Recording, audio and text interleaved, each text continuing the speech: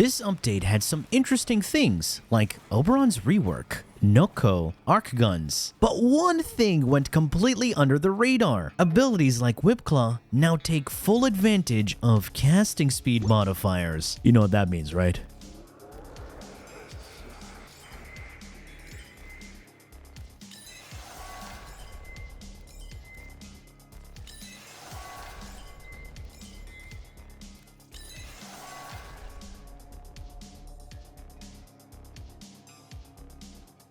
My villain arc begins.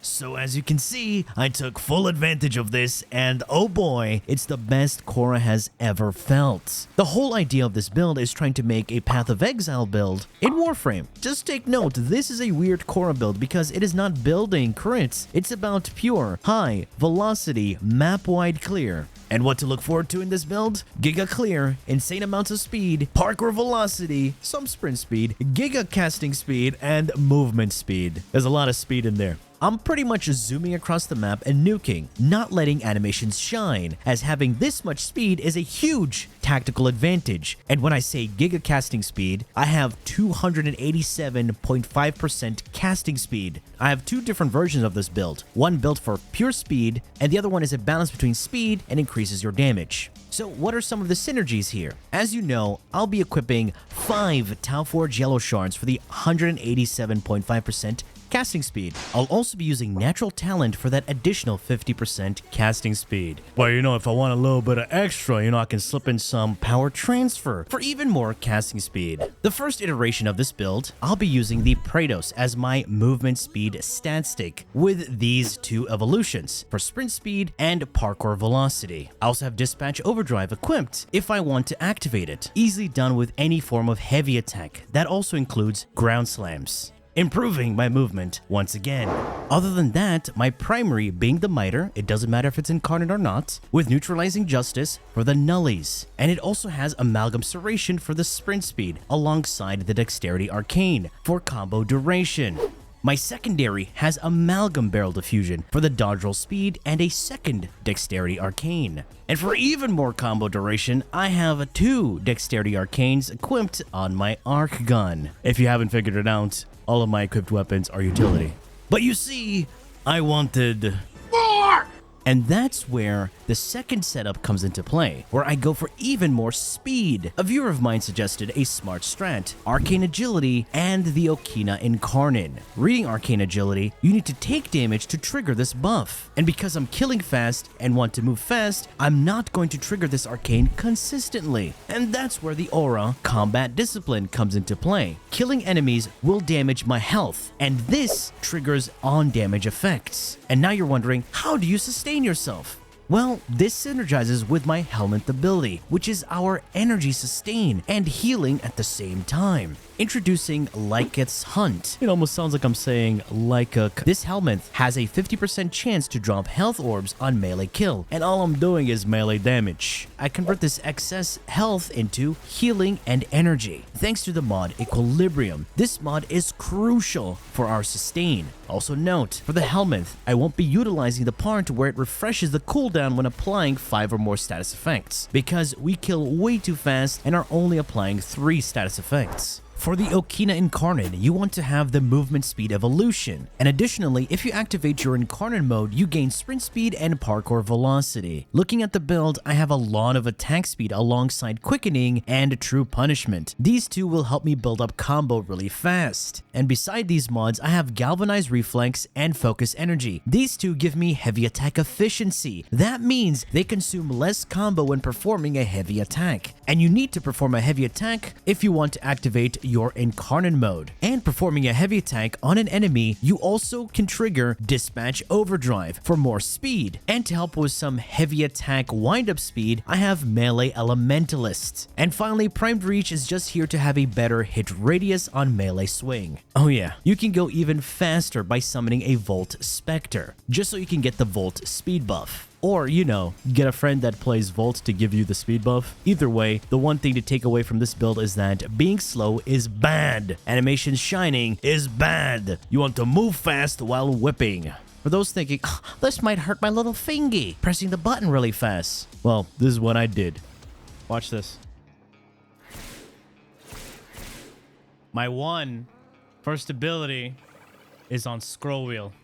Added the first ability secondary hotkey to scroll wheel down. Easy money. And for console players, well, good luck? Alright, with that information taken in, hopefully you understand what's going to go into this build. And if you feel like you've missed something, use the timestamps. Now, let's take a look at the gameplay loop and the builds. Going over the gameplay loop, the one thing you have to understand is that this build is about pure speed and clearing fast. So, for those worried about survivability, well, you're not killing fast enough and you're not moving. So you always have to move and keep up with your kills. Simple as that. And when we use energy, you can see we're building up shields and overshields. This also helps with your survivability. So movement and kill fast. Another thing to take note is utilize your buffs properly. So performing a transference that's going in and out of your operator will give you 50% casting speed, so you can whip faster. You can also perform 2 Void Slings. This will give you strength. Strength translates into more damage on your Whip Claw. So this is why Madurai Focus School is going to be really good. For those who don't care about this additional useful detail, use whatever you want. Whenever you start a mission, perform your transference, gain the casting speed, gain the strength, activate your third ability, which is going to be the Helminth ability, and whip away enemies. See how I'm building up combo? And here's an important detail. Combo duration on your melee does not translate to combo buildup on your exalted weapon. So if I build up combo over here, all right, this does not increase my combo on my Whip Claw. Notice when I whip enemies, I have this combo counter in the middle of my screen. Building up combo on Whip Claw will increase its damage. It's very important that you always maintain your combo for more damage. And look at my combo counter decaying very slowly. It's because of all of my combo duration. Hopefully you understood all of that information. And with that, let's have a look at all the builds. Now these are the core polarities. We have 4 Omniforma slots right here. For the Arcanes, I have Arcane Fury. When you land a critical hit, you gain melee damage. But hey, Nightmare, didn't you say that this is a non-crit build? Yes, I did. But remember, Whip Claw does have crit as well, even without modding for it. And not only that, my companions hitting enemies will also trigger this Arcane. For example, when my Venari goes and attack enemies, I'm always triggering Arcane Fury. So it doesn't necessarily have to be you all the time triggering this Arcane, and I'm easily able to maintain this buff. And for additional damage, I'll be using Molt Augmented. There's simply just nothing else to run here on the first iteration of this build. And now onto the mods. Corrosive Projection for the minus 18% armor to anything with armor. This is a buff to your damage. And of course, we don't want to get knocked over or anything like that, so PSF. And for energy and energy maintenance, I'll be using Prime Flow and Equilibrium. This is not only going to be my energy maintenance mod, remember, it's also going to be our healing mod for the other iteration of this build. So picking up health orbs will grant us energy and vice versa. The main thing that you want to do is maintain the 100% strength increase. Whip Claw has 2 range modifiers, travel distance and explosion radius. You can see the range modifier there is at 10 meters. That's the travel distance. And then the radius is the explosion radius. The explosion radius caps out at 10 meters with 200% range. But we also want to add range to increase our reach. So I'll be running Archon Stretch here. This gives me 45% range, but also grants me energy regeneration. And because I'll be running electricity on my Whip Claw, I'm easily able to trigger the electric status effect and grant myself energy regeneration. We're at 14 meters reach and a 7.25 explosion radius. And that's what will be ending up with a rank 4 overextended. Very important. Have a look at our strength. It took a huge dip. So we got minus 50%, and our Whip Claw base damage also took a dip. So we want to have a balance of 100% strength here as our normalized value. And to do that, I need to add strength to this build. So I'll be going with Transient Fortitude. But at the same time, our duration took a dip. After equipping Transient Fortitude, we solved the negative strength issue, and now we need to solve the duration issue. So with that, I'll be running Primed Continuity. Now we have a perfect balance of stats here. We have enough duration to upkeep our third ability, which is Lyceth's Hunt, and we have enough strength as a starting base, and to finish off with even more damage and utility. So accumulating Whip Claw. This is going to be our damage increase on our Whip Claw. When you kill enemies, you stack up base damage for your Whip Claw, which caps out at 350% base damage. And finally, for even more utility, I'll be using Natural Talent. This increases my casting speed. Yet again, if you don't want to use this, use anything else here. It's up to you. Here's another thing to take note. Accumulating Whip Claw and Strength are additive to each other for this particular setup. And that's why I'm not going for any more Strength here. So this is why it's a good balance for pretty much everything that you want to do. Now that you've seen the base version of this build, let's tweak a few things to show you the optimal speed setup. As you already know what we're running with Okina and Karnan, going over to the Korra, I'm changing my Molt Augmented and Aura. And for the Aura, all I'll be doing is running a rank 3 combat discipline. And the Arcane will be Agility. On damage, 60% chance to get 60% Parker Velocity. This is really fast. This is the zooming Korra setup. That's about it. Remember, when you get 6 times combo duration, get a heavy attack on your Okina, and when you get a kill, look at this. Look at this. Look how far we move, man.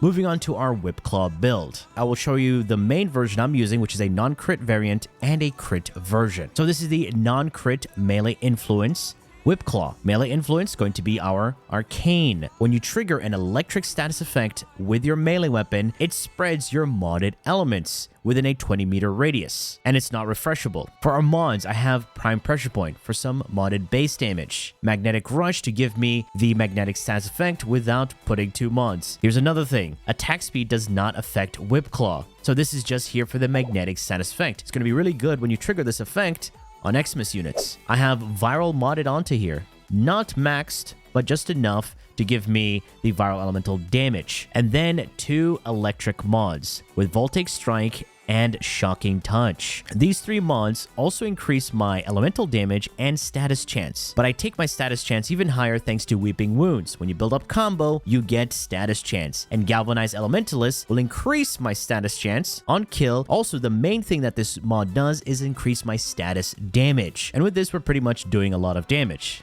There's a slightly different variation you can do with this build, and instead of running Prime Pressure Point, you can run a Faction Damage mod. That's about it. And for the crit version of the influence, all I did was change a couple of mods and add crit onto them. The main issue with this build is that you're not able to trigger influence consistently, as there's a lot of front-loaded damage. You're going to be killing the enemy before you can actually trigger the status effect, so you can effectively spread melee influence. And the same thing here, you can switch Prime Pressure Point out for your Faction Damage mod. I can show you the difference between modding Prime Pressure Point or a Faction Damage mod. So this is without the Faction Damage mod. And that was a 1.3 million DOT tick. Replacing Prime Pressure Point, as you can see, a lot of our stats went down. But don't worry about that.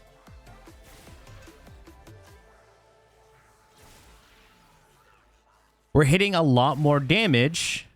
We're hitting a lot more damage thanks to that Faction Damage mod. Now we're hitting 2.1 million, 2.3 million with a DOT proc. 3.6 million right there.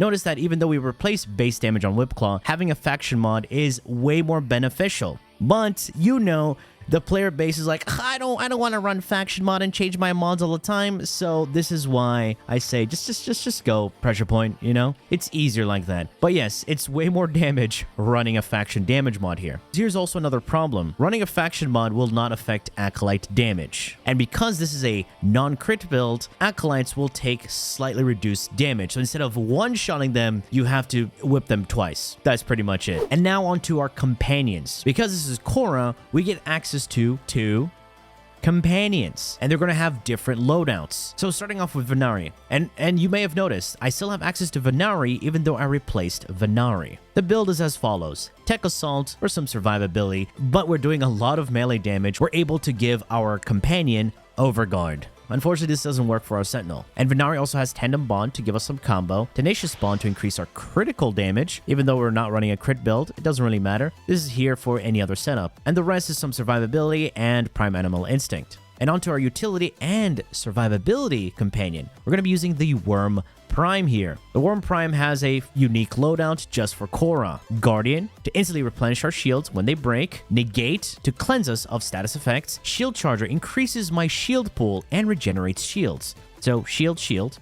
Pretty good. Mystic Bond. When my companion uses abilities, I can cast a random ability for free. And most of the time, I'm casting my Whip Claw. So I get one free cast. Spare parts for some bonus loot, whatever you want. Now the cool thing is here, Manifold Bond exists. The first part doesn't matter, but killing enemies with 3 or more status effects reduces the cooldowns of my presets. And this is going to be very, very useful as I'm dealing 3 status effects: magnetic, viral, and electricity. And now for the weapon, I'm using the Burst Laser Prime. Why this weapon? Simple. It's a secondary, and with that, I can mod Augur mods. So I don't have to run Augur mods on my secondary weapon. This combo right here is very good because I can convert my energy spent into bonus shields. So those 2 Augur mods paired with Shield Charger, I can overcap my shields, even though I haven't modded for any bonus shields. Alright folks, this is the crazy Speed the Korra nuke build. And I definitely hope you guys try this out because it is insanely fun to play this Korra setup. Anyway folks, that has been it for me. I do hope you enjoyed and learned something from this video. And if you did, please feel free to leave a like, share, and subscribe.